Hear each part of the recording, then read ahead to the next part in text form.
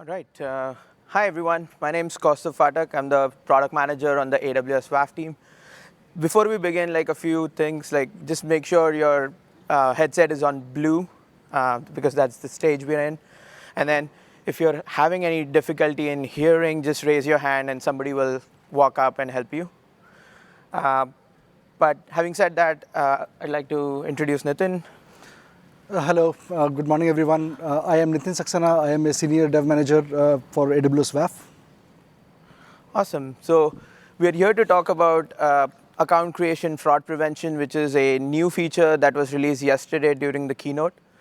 So really quickly, the expectations from the session. So we'll start off with some of the challenges that we see our customers face when protecting against fraud. We'll look at a simplified approach for fraud prevention. We will look at what a deep dive into account creation fraud prevention. We'll talk a little bit about how it works under the covers. And then at the end, we'll have a pricing section where we will go over some of the pricing changes that we did with this launch. So the first thing we wanted to cover is enterprise-wide fraud prevention is challenging. Like it always was challenging, whether you are in on-prem, you're in cloud, you're multi-cloud, doesn't matter. It was always a challenge. It is the challenges keep on growing as we have new software such as Selenium, Puppeteer, automation softwares, additional changes that are done to meet with fraud. And then this is what we are trying to solve. So let's double click into what enterprise fraud is and what are some of the challenges that our customers face today. So the first challenge is that it's highly complex. So there are a couple of approaches here. So most of the customers, when they begin their fraud prevention journey, start off with a manual process. So they would have human reviewers. When the requests come in, they would have a waiting area for those requests. They would have somebody manually review those, match against some of the key parameters that they have identified as fraud or not. And then what that leads to is difficulty to scale, right? It's not a scalable process. You're always running behind. You're always trying to make sure that the checks that you have placed are still applicable. So that's one of the challenges. The second challenges that we usually see with complexity is that the applications and architectural changes required for introducing these fraud solutions. So we have multiple, like if you look at the industry, we need to change a lot of application architecture. You need to input additional code in your application just to make sure that it works well with these offerings. The other thing is it's not real time, so the request gets analyzed offline in some a different system, and then that information gets sent back, and that's where you have your edge protection services integrate with those things offline, so it's not an inline inspection. And then the last challenge that we see with traditional fraud solutions is that not all the information is there. So you will have information such as labeled data in a different system. You would have information such as IP addresses, user agents in a different system. So getting all the data together and making sure it works seamlessly is a big challenge. So that's some of the challenges that we see when it comes to complexity.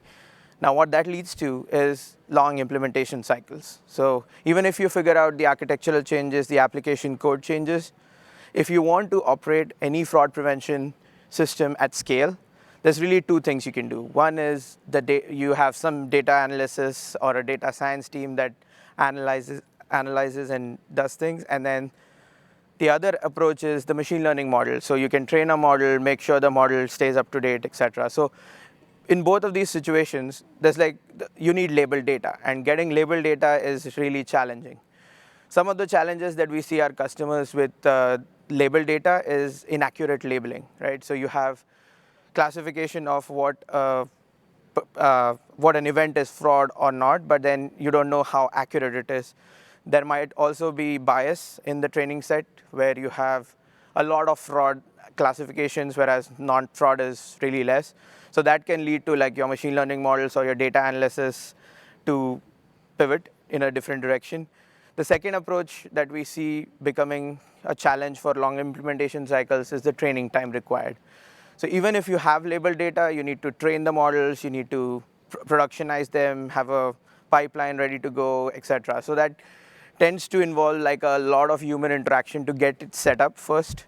And then over time, when there is drift in the data, then you'll have to retrain the model. You have to get, so it's a challenge when it comes to like A, implementing, and also B, maintaining, right?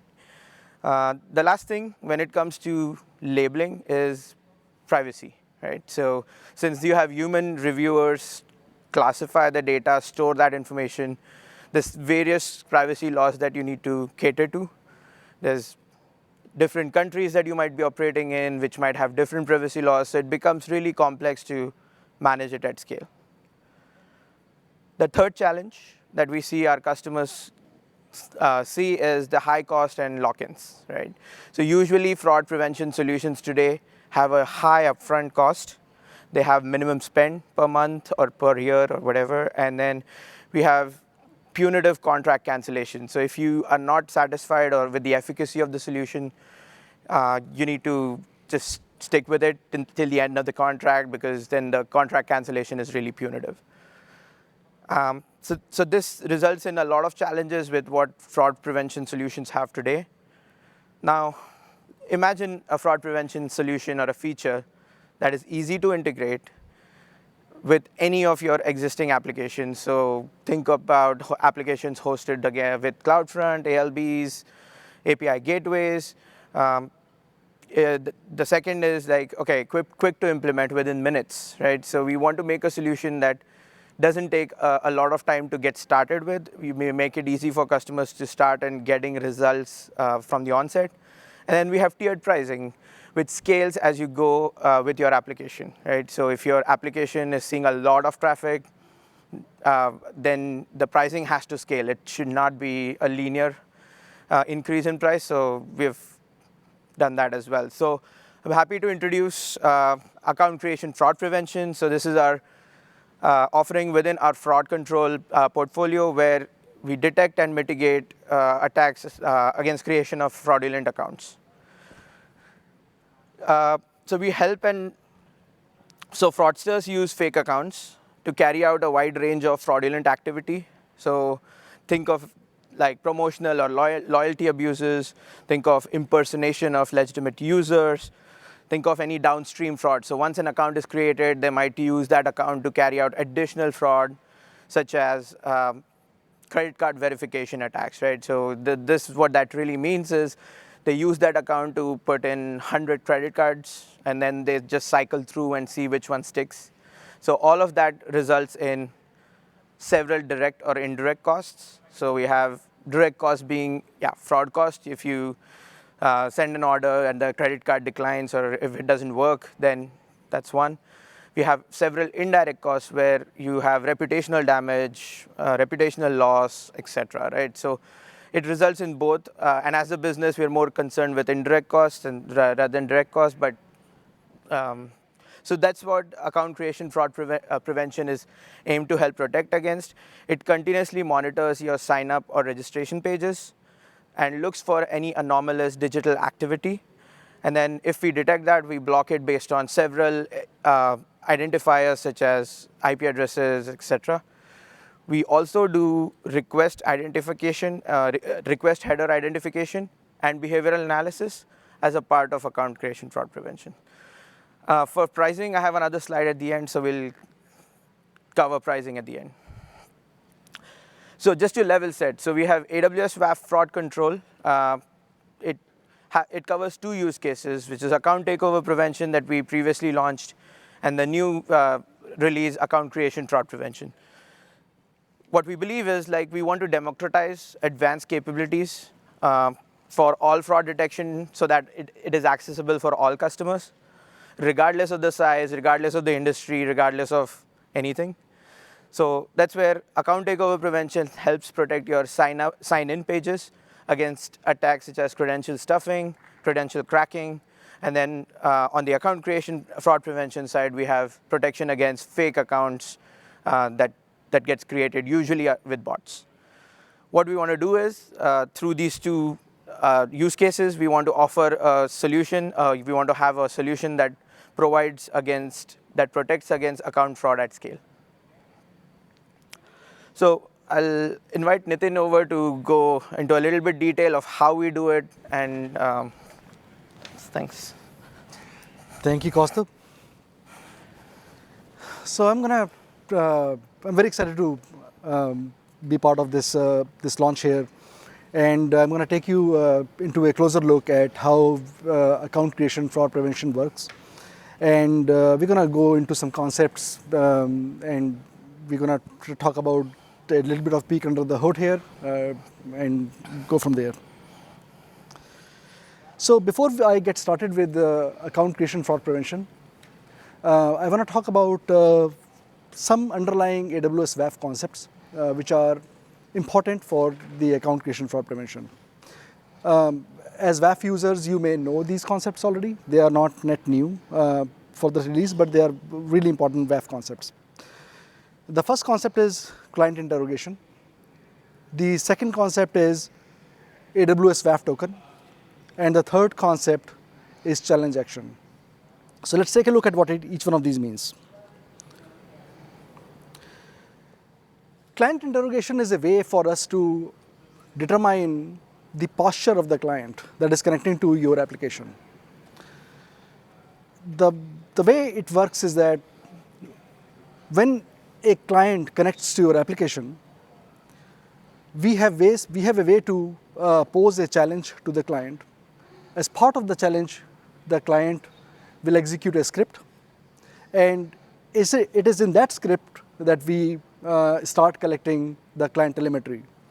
We collect hundreds of attributes, client interactivity. We collect their canvas fingerprints. We collect their GPU capabilities. We collect screen sizes, what browser plugins are available. So all this data that we are collecting as part of the client telemetry helps us make good decisions about what is connecting to your website, what is connecting to your applications. We also execute proof of work as part of the scripts that we run on the client side. Proof of works raises the cost for bot operators. Imagine a bot operator. The cheapest, fastest way for a bot operator is to write a script, copy the script over to hundreds of nodes, and launch an attack on a website. By doing client interrogation and challenge, we force them to be able to execute JavaScript and simulate a browser.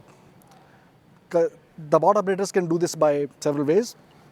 They can use a headless browser like Puppeteer, or they can simulate a browser using Node.js. But using any of those methods, it requires them to first develop that bot solution or the whole script and everything, that the automation that they need for that. That raises their development cost. And then it also forces them to consume more CPU, more memory, because running a script versus running headless Chrome, there are like about it could be anywhere from 10 to 100x in terms of the overall resource consumption that it is going to cost. So this raises cost for the bot operators, and our scripts and the interfaces that execute these challenges and proof of work and client interrogation, they are available as JavaScript. They are available for mobile devices, natively for iOS and Android. Let's move to the next concept. So what happens when we interrogate a client, run a proof of work? As part of the proof of work, they solve a challenge. What do we do with that? We take that stuff, encode it, encrypt it into a token called AWS WAF token, and then this token is stored in a cookie for the browser, and which will be sent on every subsequent call back to us. It allows us to uniquely identify a client session anywhere in the world.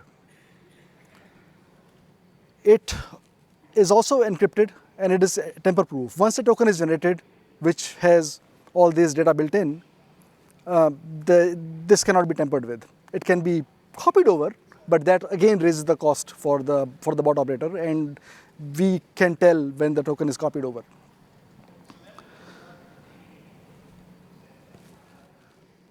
The third concept is how does this whole thing comes together. So talk about challenge rule action.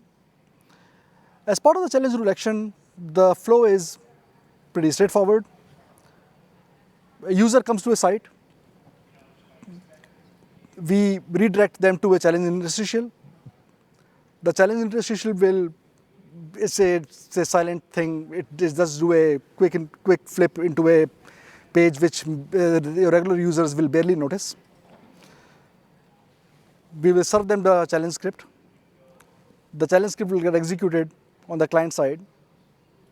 We get the results of the execution. We verify that everything looks good.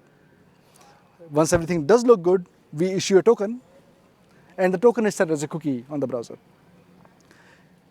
This is for the web flow.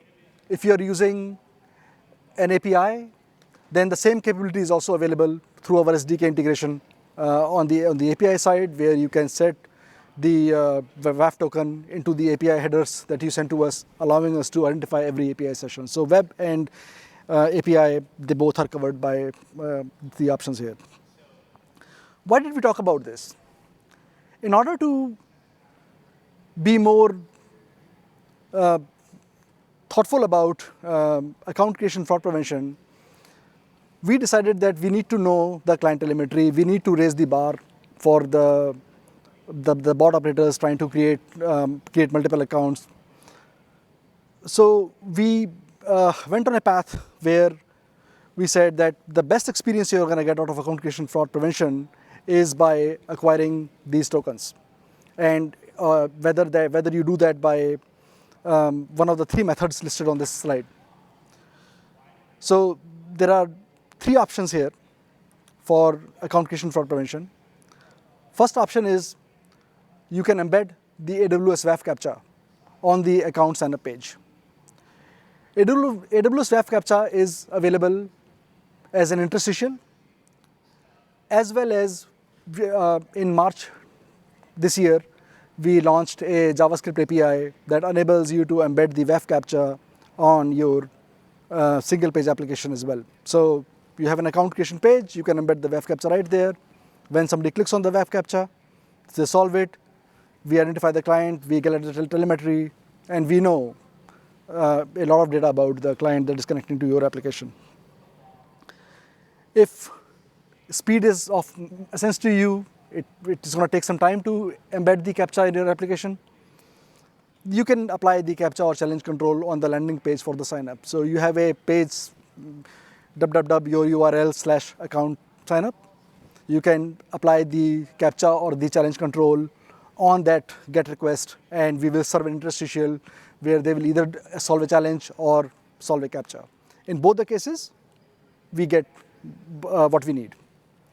And the third option for mobile applications, mostly, or for other applications connecting to your website for creating accounts, you can always use the AWS WAF SDK as an option. So how does this all come together? Like my colleague Kaustubh said, we want to make it easy. So this is the very high-level architecture for WAF and shows how fraud control works behind WAF. There is web traffic coming from users and bots. It comes into WAF. You configure a set of rules, and WAF does its job. It is really as simple as that. Fraud control is available as a managed rule group, and we're going to get into the rule group configuration. But once you configure your web pages, you configure your resources, then the requests start flowing. So let's say we did that. We have an account signup page that we protected using one of the methods for token acquisition that we talked about. And we went inside the WAF console and we configured the properties, which we're going to get a little bit in more detail in the future slide. We configured it. Now what happens? Now the request starts to come in. A user comes into your account signup page and says, I want to create an account. They're going to fill out a form. They're going to hit submit. Once the request reaches WAF, we start analyzing it in layers. we do a lot of different things when we are analyzing the request, but for simplicity, I'm categorizing these steps in 3 different parts. The first part is examining the client data. Examining the client data tells us a lot about the client. Should we let it in or should we stop it? Then we start analyzing request attributes. Do these request attributes look good to me? Based upon the rules that you have created for your sign-up page, should this request be let in? And finally, we analyze client behavior. And by putting the request through these different filters, we are able to determine whether this request should be allowed or blocked. So again, kind of going back to what my colleague earlier said, we designed to make it simple. We designed it with minimal lift on your side, made it very easy to integrate in your applications, and you can start protecting your account sign-up pages today. Now I'm going to go into one of all those 3 different things that we talked about. So the first thing we talked about was analyzing the client itself. When humans are filling out forms, the behavior looks different. When bots are filling out the forms, the behavior looks different. We tested it on our labs and we found the difference. So we run the request through a set of algorithms that tell the difference between whether it's a human filling out the form or whether it's a bot filling out the form. Account fraud is perpetrated by both bots and humans. There are humans creating the fraudulent accounts, but then there is also a large percentage of bots that are creating fraudulent accounts. We aim to block most of the bots here. We check for browser automation. So we talked about the client fingerprinting and the client interrogation that allows us to identify a particular client. It also gives us attributes such as, is there browser automation present here? Are there CAPTCHA solving tools present here? Is this Puppeteer? Is this headless browser? By looking at a lot of those attributes, we can make a determination that this request is coming from a human, this request is most likely coming from a bot, and we can take an action that you configured when we come head-to-head with the bot. We also start to look at inconsistencies in the client telemetry. The user agent says Chrome, but the rest of the data we are seeing does not make it look like Chrome. So we are collecting many attributes that we talked about earlier, the sum of which we talked about earlier. And by correlating these attributes to what a good browser looks like, what a normal Safari is going to look like for your user, we can detect inconsistencies. And we are constantly updating these algorithms to keep the bot operators guessing as to how we are doing it. And let's assume that the bot operators do figure it out. Think about the cost that it raises for them in order to figure out how they're getting blocked. Because we are not blocking on one factor, we are blocking on many facets here.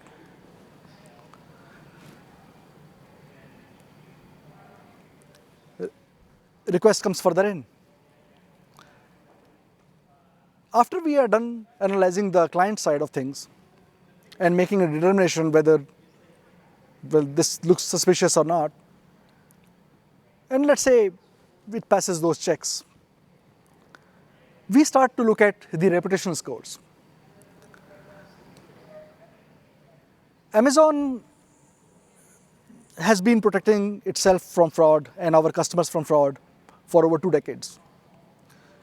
We have access to reputational data, threat intelligence from a variety of sources which are developed in-house that give us known bot data centers, known botnets, known bad proxies all over the internet, which we are constantly ingesting into our database.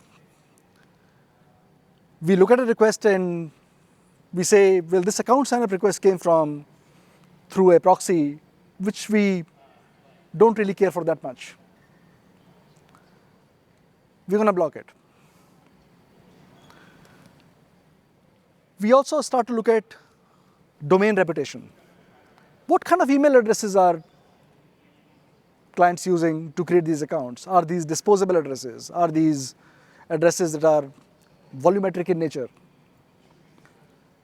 And using those reputation scores, we also make determinations whether we should allow these clients in or not.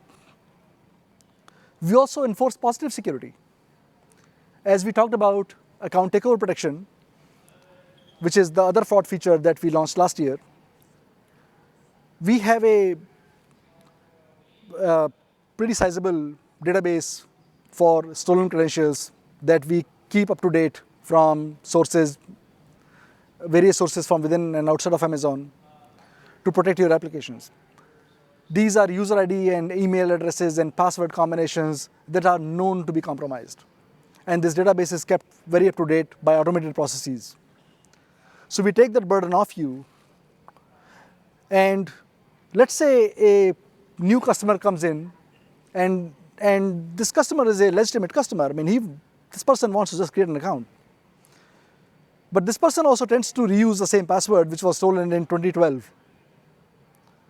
And if your sign-up page has user ID and password combination, and somebody just tries to create an account with a password which we know is to be stolen, we're going to stop that from happening to enforce positive security for your applications.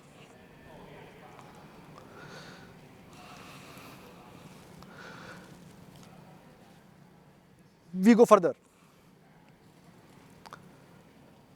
We start to also, after analyzing these static attributes in a multidimensional way, we start to look at the behavior of the clients.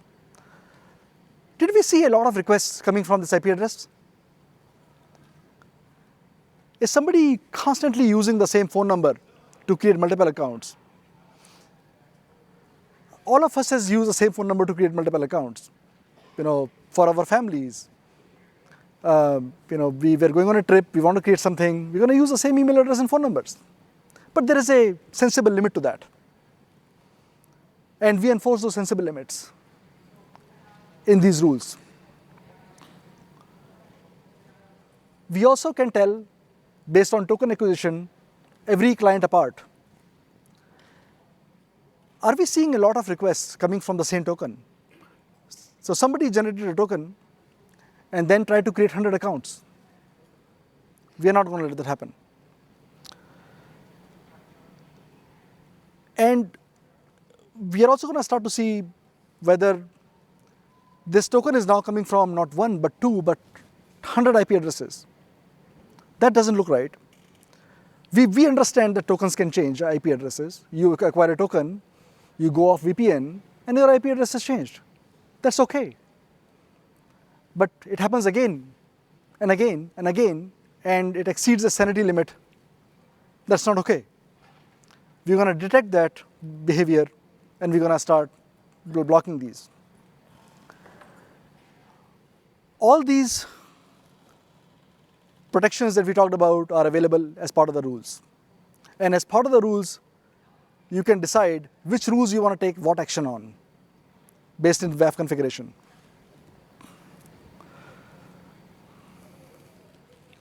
So here we are. A simple managed protection available as one Amazon managed rule group for account creation fraud protection that gives us protection for account signups by providing detections for humans versus bots, reputation-based scoring, and activity-based behavioral analysis. And we are constantly improving it and working for you and your applications to keep them safe. Let's talk a little bit about what it takes to get started. We said it's going to be simple. Let's see how simple it is. Getting started with AWS WAF is a known thing. You create by starting a new webACL, or you already have webACLs, then you can add new rule groups to the webACL. Let's say your sign-up pages are sitting behind CloudFront, or application load balancer, or API gateway, or AppSync. We have you covered. You can associate your resources to the webACL, getting immediate protection for those resources.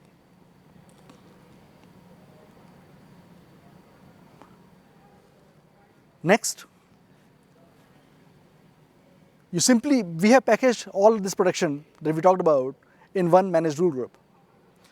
You take this entire rule group, you apply it to the webACL, you got all the rules.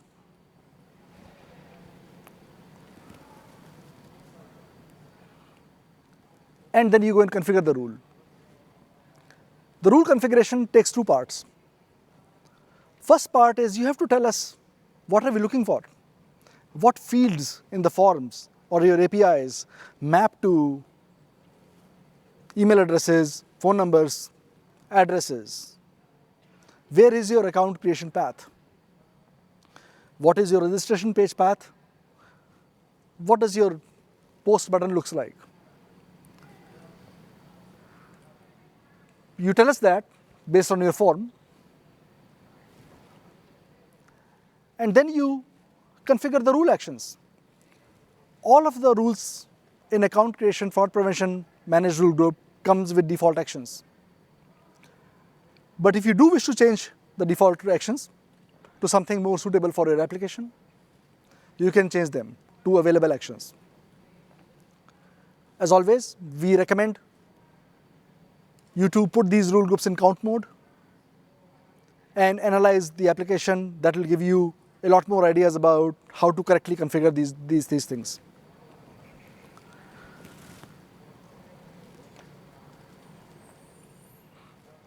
And you have to determine the best client-side integration option. You can go with no client-side integration option, but we do not recommend it because you are getting less than half of the protections that we are making available in the rule group. So it's up to you to determine what is the best option. Do I take the JavaScript code, embed it in my page, which will cause the challenge to work? Or I'm going to take my sign-up landing page and impose a challenge or a CAPTCHA on the GET request. Or I'm going to take the SDK, or I really want to embed the AWS WAF CAPTCHA right on the sign-up page before they submit the form. Depending upon what your needs are, how much real estate you have on your screen, is it a mobile application, is it a web application, what are other constraints, we are providing you with different options, and one of them will work for you.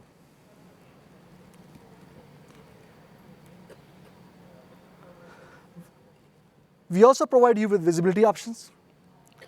Once you configure a new rule group, you need to know how this is performing.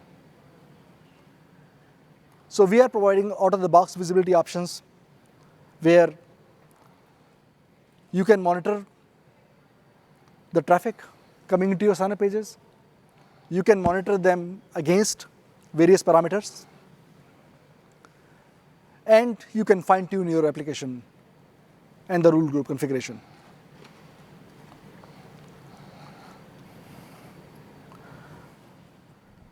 I'm going to invite back my colleague Kaustuv back here to talk more about pricing. Yep. Thanks, Nitin. So now that you understand how the rules work, what kind of protections are there, the layered approach that we took to design the managed rule, let's take a look at the pricing changes. Really, what we are trying to answer is, yeah, the technology, the things that we are doing are great, but can you really afford it? This is a typical challenge that we see with security teams and CISOs. It's basically a cost versus benefit analysis that's been done. So does it really help me to protect my sign-up pages if it's going to cost me this much, right? So our mission here is to remove all sorts of barriers when it comes to pricing so that you can protect your applications against account fraud regardless of what scale you operate in. To do that, we came up with a tiered, simplified, and reduced pricing. So I'm happy to share AWS Fraud Control includes pricing for both account takeover and account creation fraud prevention. We introduced tiered pricing to avoid spikes that in your bill when your application gets attacked. So as you know, most AWS pricing, it's pay as you go. So if you face an attack, you consume a lot of requests, and that can result in a spike. So we address that using tiered pricing model. We are also extending economies of scale. So we have combined account creation fraud prevention and account takeover prevention into one pricing model that allows you to pay these tiers regardless of whether you use one or both these offerings, which ultimately translates into if you use account takeover prevention and account creation fraud prevention to protect against account fraud, you get benefit of being in a higher tier and hence a lower cost. We're also making challenge and capture action that Nitin talked about free for all tiers. So if you use fraud control, you get challenge and capture action for free. So let's take a few examples of how the pricing would look like. So this is a fictitious situation where the first customer has 7 million requests per month for account takeover and 5 million requests for account creation fraud prevention. So the total becomes 12 million, and then the 12 million is the tier that you pay in. That becomes 6,900. We are not including the first 10K free per month. The second situation is where a customer application has scaled. So we have from 12 million, it goes to 40 million. So if you see, the usage has increased more than 3x, whereas the cost is 1.5x. So we've made sure that the cost doesn't scale linearly as your usage increases to avoid you getting in a situation where the cost of fraud prevention outweighs the benefits that it performs. Last example, we don't make it mandatory to use both account takeover prevention and account creation fraud prevention. So there might be use cases where you just need one, and that's fine. You can still use that. You still get the tiered pricing and everything, challenge and capture for free. But you can still continue to use only one of the two account fraud options that we have. So really just talking about some of the conclusions. So the aim that we had with fraud control is that we want to democratize advanced security for all, regardless of the size of the customer, industry, etc. Account creation fraud prevention is available in 22 AWS regions today, including CloudFront distributions. So please go ahead and try it. And then we have a lab in a couple of hours, which is NIS202, that will go into detail and will show you how it works so you can get hands-on experience in a couple of hours. And then there are some additional sessions today where we'll go into details about bots and fraud. So if you have time, you can attend one of those. But we'd like to thank you for attending this session and learning more about account creation fraud prevention and fraud control overall. We'll be here to answer any questions that you might have. So thanks, everyone, for attending.